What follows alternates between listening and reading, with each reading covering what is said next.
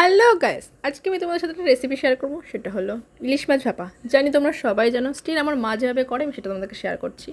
তো ফার্স্টেই মাছটাকে ভালো করে লবণ হলুদ মাখিয়ে রেখে দেবো সাইডে ম্যারিনেট হওয়ার জন্য। তারপর মিক্সি বলে আমরা যেমন দেখালাম, সর্ষে জিরে লবণ হলুদ লঙ্কা একটু জল দিয়ে মিক্স করে নেবো, মানে যে ব্যাটারটা আর কি, মশলাটা তৈরি করব। তারপরে কলা পাতার ভেতরে মাছটা দিয়ে মশলাটা দিয়ে একটু তেল দিয়ে এবার এটাকে ভালো করে মুড়িয়ে নেবো, মানে বেঁধে নেবো আর কি। বাই দ্য ওয়ে, কলাটা পাতাটাকে ভালো করে ধুয়ে একটু গ্যাসে আছে ছেঁকে নেবে, তাহলে নরম থাকবে, ভেঙে যাবে না, যেটা আমি দেখাতে ভুলে গেছি।